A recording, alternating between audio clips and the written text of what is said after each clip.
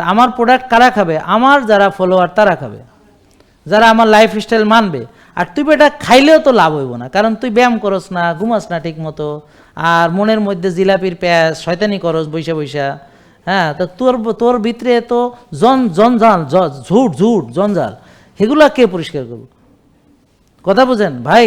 আপনি ধরেন একটা হলুদ খেলেন, হ্যাঁ, হলুদ খেয়ে আপনি কি উপকার পাবেন ভাই? আপনি ওদিকে সয়াবিন খাইতে আসেন, ওদিকে বার্গার স্যান্ডউইচ খাইতে আসেন, ওদিকে রাত 2টা বাজে ঘুমাইতে যান, হ্যাঁ, ওদিকে যে ব্যায়ামের নামগন্ধ নাই, তো এইসব খাইয়া কোনো লাভ হইব ভাই?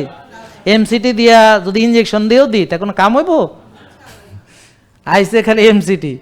আরে আগে পূর্ণাঙ্গ লাইফস্টাইল মানলে আমার ডাক্তার পুষ্টিবিধি আপনাকে গাইড করবে কি লাগবে না লাগবে।